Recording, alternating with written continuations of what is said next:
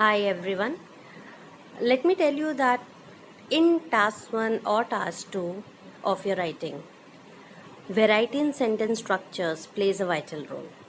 You cannot always write there was a drastic increase, there was a dramatic increase, the figures increased drastically, that's it. You need to bring complex structures, you need to bring comparison sentences like use of than, in comparison to, as compared to, while, whereas. इनका use बहुत ज़रूरी है if you want really a higher band score. So through this video, we're going to check how to score higher bands in your writing task 1. So let's start. So different types of sentences. I'll show you how a particular sentence can be written in different styles. Let's see the sentence. The number of cinema goers increased steadily from about 75 to 200 between 2004 and 2007. This is a simple sentence कि बढ़ने का काम हो रहा है. कौन बढ़ रहा है? Number of cinema goers. तो वो number of cinema goers subject हो गया. इंक्रीज तेजी से बढ़ना. इंक्रीज मतलब बढ़ना. स्टेडिली मतलब धीरे धीरे लेकिन कंटिन्यूसली बढ़ना. कितने से? फ्रॉम अबाउट 75 टू 200 और टाइम है बिटवीन 2004 एंड 2007. ध्यान रखिए बिटवीन अगर हम यूज़ कर रहे हैं तो बीच में एंड आएगा 2004 एंड 2007. नाउ लेट्स सी इसी सेंटेंस को और कैसे लिखा जा सकता है. सिंपल, ईयर को पहले कर लो. Between 2004 and 2007 the number of cinema goers increase steadily from about 75 to 200. तो इसमें एक ही चेंज आया कि ईयर पहले आ गया. लेट अस सी वन मोर सेंटेंस. अब इसमें स्टाइल में चेंज है. There was a steady increase in the number of cinema goers from about 75 to 200 between 2004 and 2007. First और थर्ड सेंटेंस में क्या डिफरेंस है? Check it out. First sentence number of cinema goers से start हो रहा है. Third sentence there was a steady increase से start हो रहा है. और थर्ड सेंटेंस में सिनेमा गोअर्स इसके बाद आ रहा है. तो फर्स्ट सेंटेंस में हमने उससे स्टार्ट किया है जिसके बारे में हम बात कर रहे हैं, और थर्ड सेंटेंस में हमने इंक्रीज के बारे में जो बात की है उससे शुरुआत की है. तो थर्ड में देयर वॉज से सेंटेंस स्टार्ट किया है. Was already past tense show कर रहा है, इसलिए इंक्रीज में डी नहीं लगेगा, मतलब वर्ब का सेकेंड फॉर्म नहीं लगेगा. फर्स्ट सेंटेंस में स्टेडी ली है, LY है, जबकि थर्ड सेंटेंस में सिर्फ स्टडी है. एक और डिफरेंस, फर्स्ट सेंटेंस में इंक्रीज्ड स्टेडीली के पहले आया है, लेकिन थर्ड सेंटेंस में स्टेडी इंक्रीज से पहले आया है. और स्टेडी में LY नहीं है और इंक्रीज्ड में डी नहीं है. So this is the difference. Sentence style में ये चेंजेस हैं जो आपको ध्यान रखना पड़ेगा, because most of the sentence students gate confused here. वो फर्स्ट सेंटेंस में तो इंक्रीज स्टेडीली लिखते हैं, लेकिन जो थर्ड वाला सेंटेंस होता है उसमें भी वो कंफ्यूज हो जाते हैं और वो लिखते हैं there was a steadily increased. जब वॉज है तो इंक्रीज में डी की ज़रूरत नहीं है, वर्ब के सेकेंड फॉर्म की ज़रूरत नहीं है. So you should take care of this.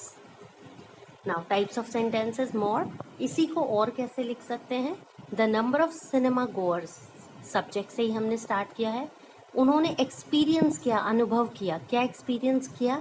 Experienced verb का सेकेंड फॉर्म हो गया, तो आगे फिर हम ईडी कहीं नहीं लगाएंगे.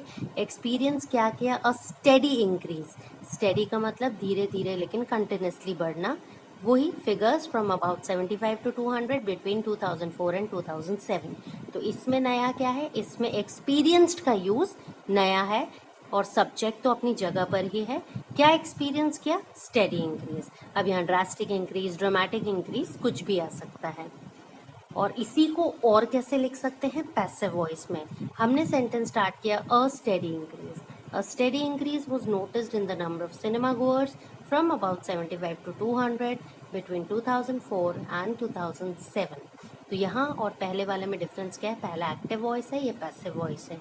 हमने बोला स्टेडी इंक्रीज देखा गया था, तो पहले और जिसमें देखा गया था वो लास्ट में आ रहा है, दैट इज सब्जेक्ट लास्ट में आ रहा है. अ steady increase was notice in the number of cinema goers. तो पहले सेंटेंस में नंबर ऑफ सिनेमा गोअर्स पहले आ रहा है जो कि सब्जेक्ट है.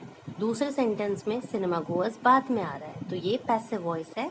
और फर्स्ट सेंटेंस एक्टिव वॉइस है.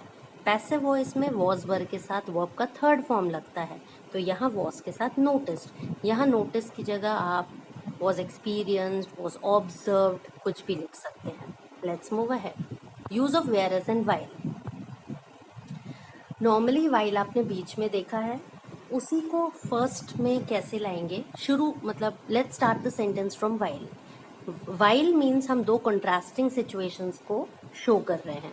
तो यहाँ कैसे, while the figures for factories in Japan went up dramatically to 1,20,000 in 2010, the quantity in Korea plummeted to 12,000 at the same time.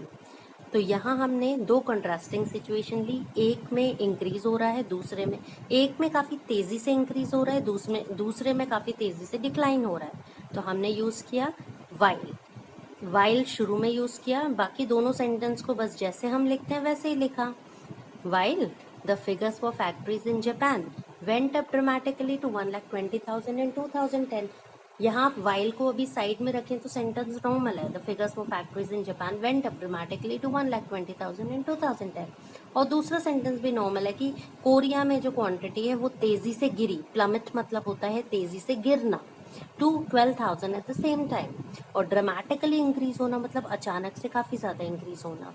तो यहाँ वाइल शो कर रहा है कि ये दो कंट्रास्टिंग सिचुएशंस हैं, ये दो उल्टे सिचुएशन हैं। तो आपको क्या करना था, बस दो सेंटेंस लिखने हैं जो ऑपोजिट हो और आगे वाइल लगा देना है। कॉम्प्लेक्स स्ट्रक्चर रेडी है। कॉमा का ध्यान रखिएगा। इसी में वाइल मिडिल में कैसे आ सकता है, कुछ इस तरह, The quantity in Korea plummeted to 12,000 in 2010, while the figures for factories in Japan went up drastically at the same time. तो दो सेंटेंस के बीच में वाइल लगा दिया।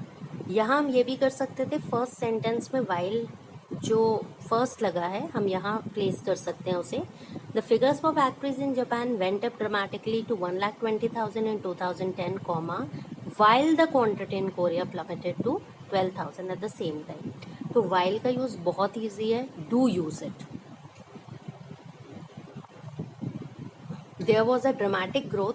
अब यहाँ पे फॉलोड बाय का यूज देखिए, फॉलोड बाय मतलब नेक्स्ट क्या हुआ, जैसे पहले साल बढ़ा दूसरे साल गिरा। तो पहला सेंटेंस तो सिंपल है, there was a dramatic growth in the number of factories in Japan to 1,20,000 in 2009।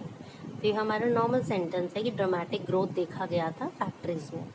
इसके बाद क्या हुआ, तो हम ये नहीं लिखेंगे, नॉर्मली आप लिखते हो देन इट डिक्रीज शार्पली, ये भी सही है, लेकिन इसको और बेटर वेराइटी कैसे लाएं, कॉमा लगा के फॉलोड बाय मतलब इसके बाद शार्प डिक्रीज हुआ टू 1,000 in 2010। शार्प डिक्रीज मतलब काफ़ी ज़्यादा डिक्रीज हुआ टू 1,000 in 2010। तो 2009 में नंबर ऑफ फैक्ट्रीज 1,20,000 पे थी, और उसके बाद सेकंड में followed by a sharp decrease to 1,000 in 2010। तो 2010 में एक शार्प डिक्रीज देखा गया, मतलब इसके बाद फॉलोड बाय का मतलब होता है नेक्स्ट एक शार्प डिक्रीज आया जो कि 1000 हो गया इन 2010। फॉलोड बाय मतलब इसके बाद क्या हुआ। So our next slide is on in comparison with. So in comparison with number of factories, जब हम तुलना करते हैं कि in comparison of America Japan is more advance, या in comparison of Japan America is more advance, हम दो की तुलना कर रहे हैं, कंपैरिजन कर रहे हैं। तो यहाँ हम लिखेंगे इन comparison with number of factories in Japan.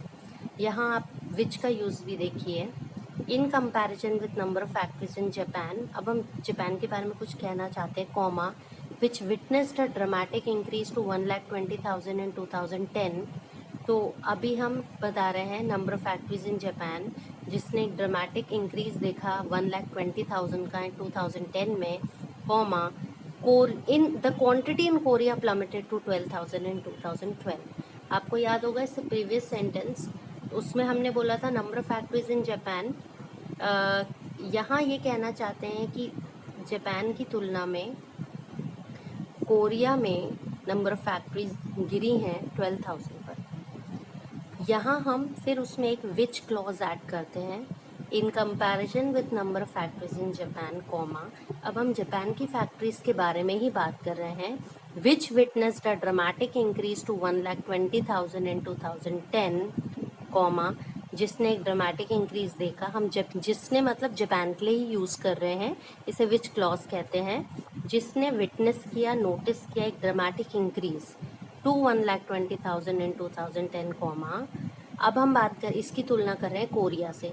The quantity in Korea प्लमेटेड, तेजी से गिरना, to 12,000 in 2012।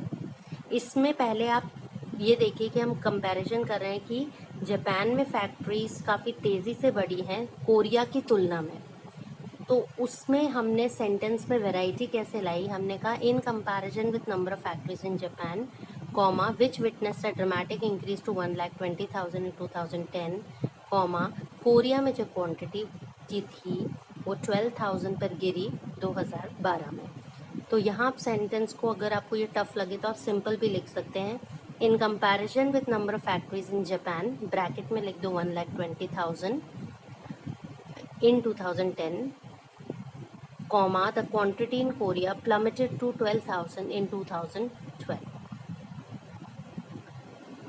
So I hope these sentence structures are clear to you and you will be able to use more such sentences in your writing task 1. Thanks for your precious time. Happy learning. Bye bye. Enjoy yourself.